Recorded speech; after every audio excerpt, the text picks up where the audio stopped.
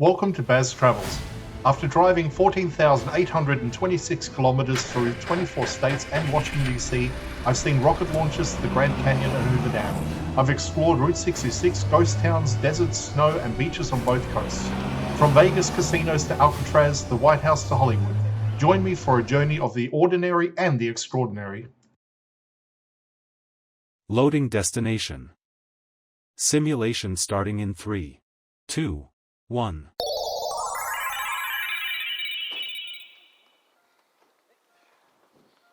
To look around, move your phone or tablet. Click and drag if on a computer or move your head if using a VR headset. Please like and subscribe. Moran Point offers one of the most revealing views on the South Rim, not because it's the highest or the widest, but because of what it exposes. From here, the Grand Canyon reads like a cross-section rather than a single drop. This overlook faces a broad bend in the canyon where multiple rock layers are clearly visible at once. Instead of vertical drama, the landscape spreads outward, allowing you to see how depth builds gradually across distance. What immediately stands out is colour. Bands of red, rust, brown, and pale stone stacked on top of each other, each layer marking a different chapter of geological time. From this angle, those layers are easier to separate and follow with your eye. Moran Point also gives a strong sense of orientation. You're not just looking into the canyon, you're looking along it. Ridges and terraces guide your view downstream, creating a feeling of movement across the landscape rather than straight down into it. The terrain here feels structured. Plateaus step down in wide stages. Slopes connect layers instead of dropping away sharply. It makes the canyon feel immense but also readable, as though the land is explaining itself. Light plays an important role at this viewpoint. Because the canyon opens wide in front of you, shadows stretch across the rock faces and shift slowly as the sun moves. Subtle changes in light reveal texture that can be missed at more enclosed overlooks. There's also a sense of calm at Moran Point. It doesn't feel rushed. People tend to spread out, moving along the edge rather than clustering in one place. The space encourages slow observation instead of quick reactions. This overlook feels analytical without being technical. You don't need signs or explanations to understand what you're seeing. The canyon presents its structure openly, inviting you to take it in at your own pace.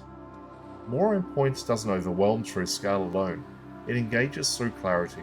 It shows how the Grand Canyon is built layer by layer across immense distance.